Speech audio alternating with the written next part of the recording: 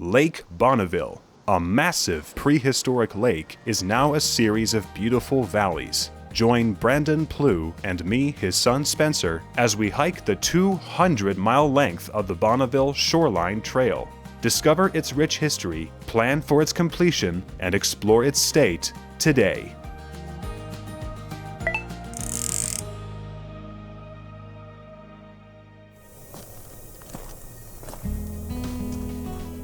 Hey trail fans, this morning we are back here in Willard.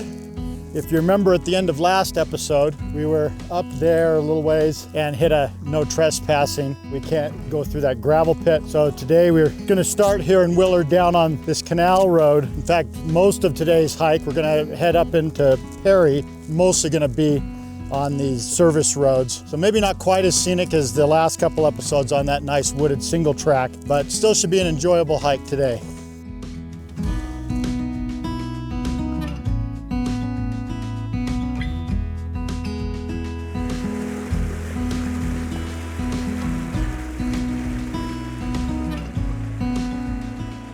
Well, we've already hit our first obstacle here in the mouth of Willard Canyon. The canal goes through a siphon, a pipeline underneath the canyon. So there's no road that goes across. And it looks like here the road that goes across has recently been fenced off and posted no trespassing, so that's against our rules. And clearly we're not going to get through all this brush, so we'll have to go down and try and find another way across.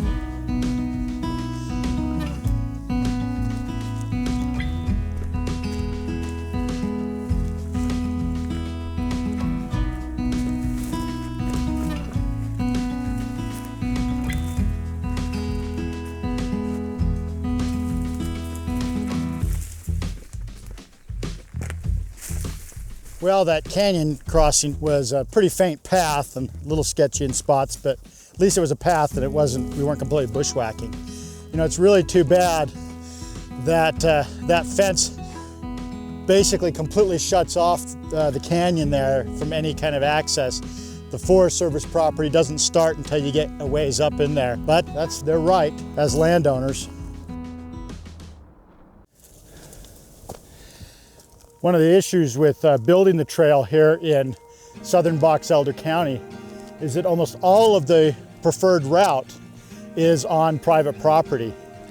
And even more so, and more so than anywhere else in the Wasatch Front, in this area, most of that private property is owned by these sand and gravel companies, including both active pits like this one, as well as a lot of land-banked land. And that's going to provide some major challenges to get any kind of permanent route. Speaking of which, we've had some questions lately and some comments asking about private property and recreational trail access on private property. I don't know if we've talked about the legal issues much in the past several episodes.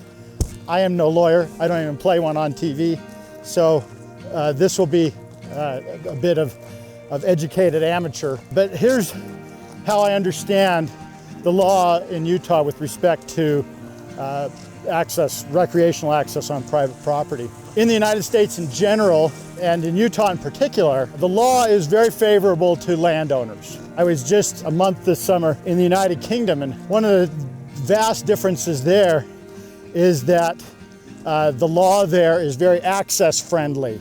They have what's called a right to roam law, which means that unless there is a really strong reason to keep people out, people are generally allowed to cross private property as long as they're not interfering with whatever happens there. So trails in England commonly are crossing pastures. I had some nice walks through a lot of pasture land. Not like that in the United States here. We're very tight with our private property access laws and the right to exclude people from your property. As I understand it, the way the law works in Utah is if it's posted, then you can be prosecuted for trespassing, of course. So we have a strict rule on this show, and I have a strict rule personally that I don't go into any property that's been posted with a no trespassing sign or a no access sign. However, there's also a lot of land, including a lot of land along the Bonneville Shoreline Trail, potentially, that is private but it's not fenced, it's not posted, it's not marked in any way, and if you weren't paying attention, you wouldn't even know that you were on private property. And as I understand it, I may be wrong on this, in those cases, both the landowner and the hiker or biker are protected to a degree. You can't sue someone for trespassing if you haven't marked the property and people have no way of knowing that you don't want them there. But also the landowner is protected by Utah law that if, say, you're going across the property and you damage the property in some way, like you build a trail or you steal something that's off the property, you vandalize something, then you can be prosecuted. Also, the landowner is protected in that they're indemnified. If you're going across someone's property and you get injured, let's say the trail, there's this unofficial trail and it's not very safe, and you fall on the trail and you injure yourself, you can't sue the landowner for that. They're not liable for you crossing their property. Even if they let you cross their property, they can't be held liable for that. We're trying to encourage that. The trails community is trying to encourage that. I kind of wish we had more lawyers in the trails community. I'm not sure if I've ever said that sentence before, but to nail this down.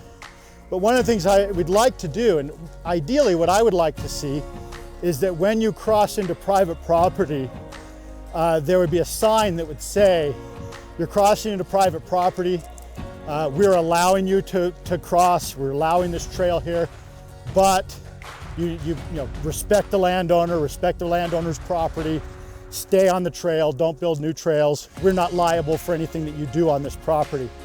And I would like to see more of that, where access is allowed, but we're also educating the public on what they're allowed to do, what they're not allowed to do, and to encourage good trail stewardship on both private and public land. Case in point, just after I stopped talking, there was actually a no trespassing sign on the canal easement, so we've dropped down onto this gas line easement. If you're not familiar with easements, this is a common way of securing trail access on private property, is for a government entity like a city to actually buy access, to buy an easement, or essentially they're not buying the land outright, they're just buying the access across a stretch of private property. So a lot of times these easements can be very narrowly focused. So for example, it's very common, say with these, I'm sure that power line easement there says that the only access it provides is for the power company. But sometimes they can be more broad. For example, in Provo, when they made the gas line easement to put in the gas line, there was actually a clause in there that allowed for public access, for public recreational access. In fact, it says for the Bonneville Shoreline Trail. And that's how Provo was able to designate the entire trail, including across private property, was because of that easement. So I don't know what the situation is here, but it's not posted, so we're gonna continue walking along this gas line.